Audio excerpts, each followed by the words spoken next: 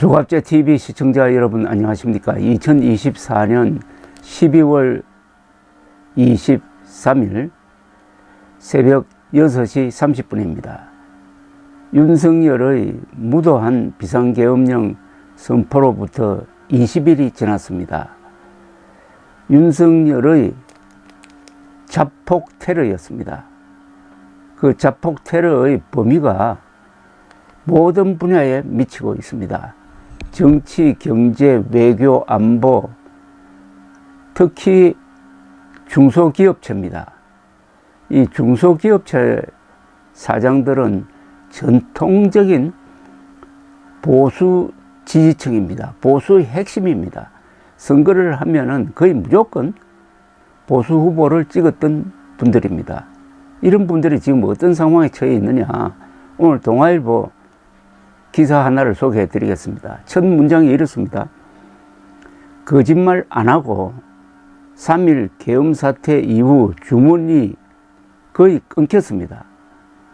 대구 성서공단에서 중동 전통 어복용 직물을 만들어 수출하는 한상웅 한신특수가공 대표 72살입니다. 대표는 지난 18일 이렇게 말했다. 그는 정치 불안이 빨리 해소되지 않으면은 우리 같은 중소기업들은 버텨낼 재간이 없다고 했다. 중소기업계가 이달 초 비상계엄 사태부터 이어진 불안한 정치 상황 속에서 치명상을 입고 있다. 해외 수출의 차질을 빚는 데다가 환율이 감당하기 어려운 수준인 달러당 1,450원대까지 치솟았기 때문이다.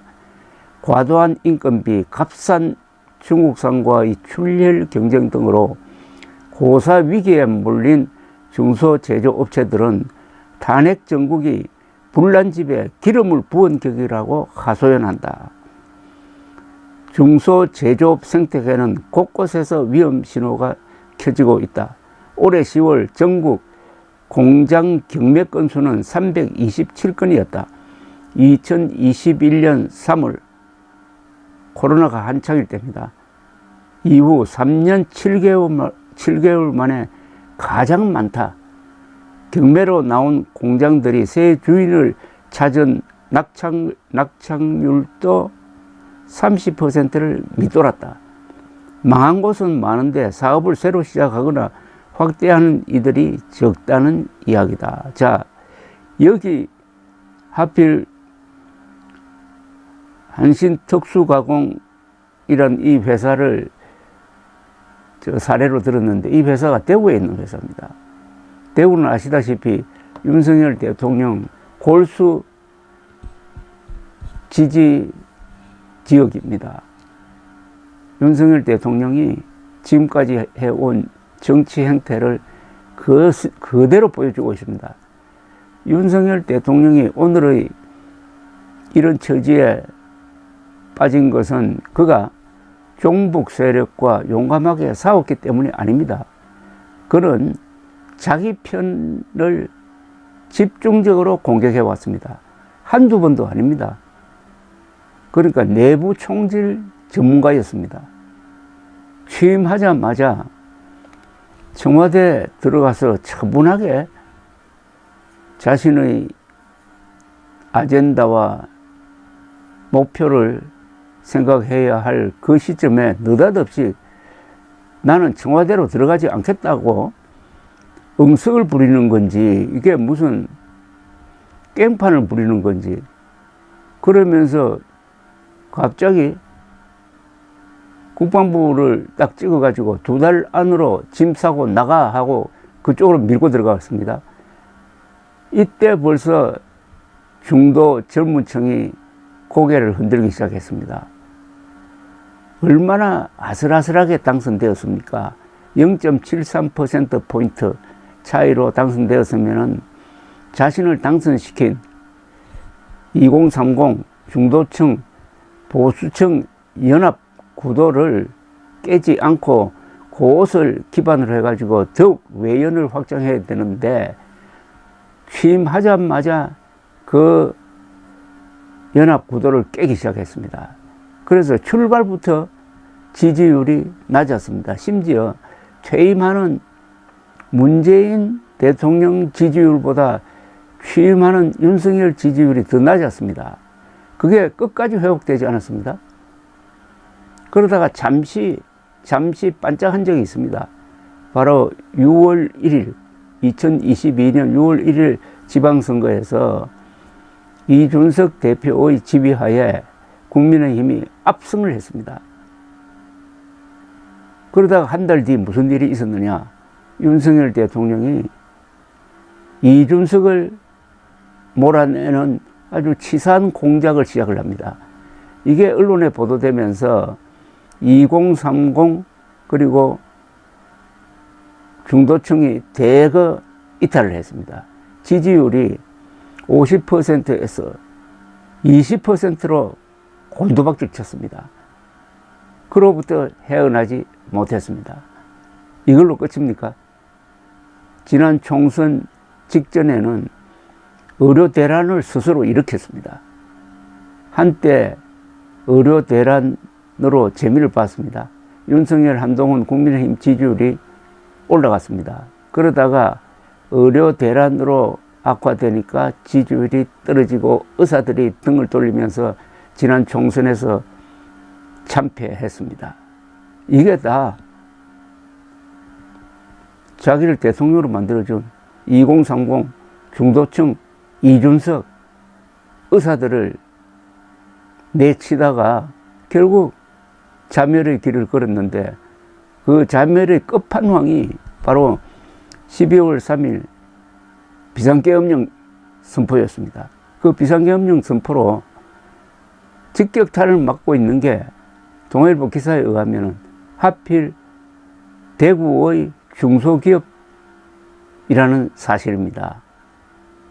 세상에 이런 사람 봤습니까? 어떻게 내부 총질도 한두 번이 아니라 임기 내내 내부 총질을 합니까? 이제 알게 되었습니다.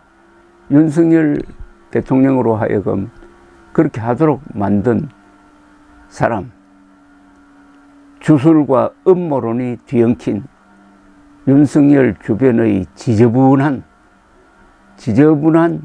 어떤 영적인 문제, 영혼의 문제가 이번 계엄령 선포에도 드리워져 있다는 사실. 이번 계엄령 선포 집행 과정에서 핵심적인 역할을 했던 전 정보사령관이 불명예 제도를 하고 경기도에서 점집을 만들어 가지고 보살 일을 했다는 게 집중적으로 지금 보도가 되고 있습니다. 영혼이 망가진 사람이었습니다. 윤석열은 주술과 음모론에 휩싸여 가지고 내부 총질하다가 자멸의 길을 걷고 있습니다. 이걸 간단하게 이야기하면 미쳤다는 뜻입니다. 이러쿵저러쿵 윤석열의 최근의 행태를 분석을 하는데 조금 어렵게 이야기하는 사람들은 3대 중독이라고 그래요. 권력 중독, 유튜브 중독, 알코올 중독. 그거 다 합치면 미쳤다는 이야기입니다. 윤석열의 미친 짓입니다. 미친 계엄 선포였습니다. 미친 사람들은 누구를 공격하느냐? 약한 사람을 공격을 합니다. 그리고 만만한 사람을 공격합니다. 즉 자기 주변부터 공격을 하는 건데 문제는 윤석열 대통령을 말려야 할 가장 가까이 있는 김건희라는 분도 주술을 좋아하고 이 가짜 뉴스를 퍼뜨리는 선동, 음모론 유튜브를 경청하고 있다는 사실입니다. 페이크 뉴스, 가짜 뉴스란 말을 가장 많이 만들어낸 사람이, 아니 가장 많이 써먹은 정치인이 바로 윤석열 대통령입니다. 윤석열 대통령은 가짜 뉴스, 페이크 뉴스 때문에 국정 운영이 제대로 안 된다고 했는데 알고 보니까 우리나라에서 가장 심각한 가짜 뉴스를 퍼뜨려 온 사람이 윤석열 대통령임을 알게 되었습니다. 지난 12월 12일 대국민 담화에서 자신이 변명을 하면서 쏟아나온 말의 거의 대부분이 거짓말입니다. 그것도 주간조선 팩트체크에 의하면은 음모론자들, 음모론 유튜버가 한 이야기를 듣고 그게 사실인 줄 알고 그 담화문에 넣었다는 것 아닙니까? 근데 알고 보니까 정부 자료하고 비교해 보니까 거짓말이더라는 것 아닙니까? 마지막까지 페이크 뉴스를 입에 달고 살았던 윤석열이란 사람을 지금도 편들고 있는 이 추운 날에 거리에 나가서 윤석열 지키자고 하는 이른바 보수, 그건 가짜 보수죠.